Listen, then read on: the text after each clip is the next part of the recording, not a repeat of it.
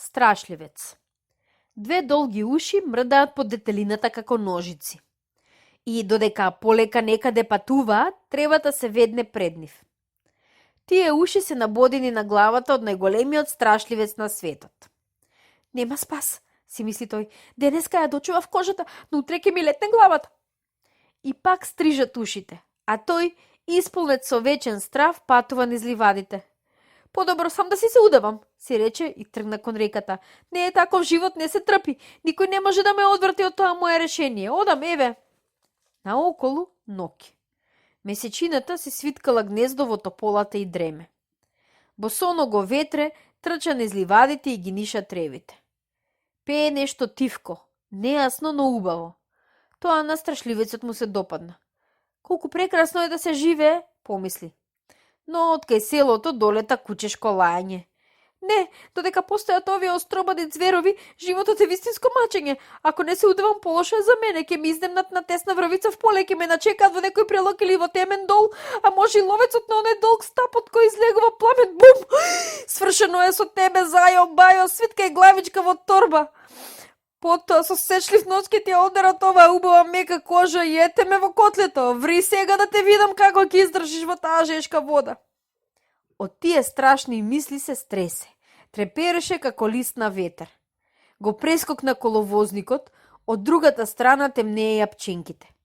Нивните сабјести лисја шушкаа, а зајо се тресеше од страв. Низ оваа темна гора се кријат 100 кучиња, сега ќе скокнат врз мене и ќе ме распарталат. При секој ненадеен шум правеше скокови по 1,5 метра во височина. Срцето само што не му излетало од градите. Ги мина пченките и излезе на сребрена чистина. Тука забре да земе здив. Месечината му покаже нива со зелки. Со 2-3 нечени скокови се најде сред зелките. Еве каде бил животот за мене, весело помисли. А јас страшлив зајо, сакам да се удавам, луда главо. Сладко грицкаше млади росни ливчиња. Двете ножици штракаа зад зелките и внимателно уво може да чуе крц, крц, крц. Во тој миг, шумно плескајќи со крилјата, над него прелета голема ноќна птица. Летна зајо не до вечерон на бегање. Летната ни сенката не му се виде. Наближи до реката и тивко зачекори по зелениот брег. Збогум животе, рече тажно, вечерва е свршено со мене.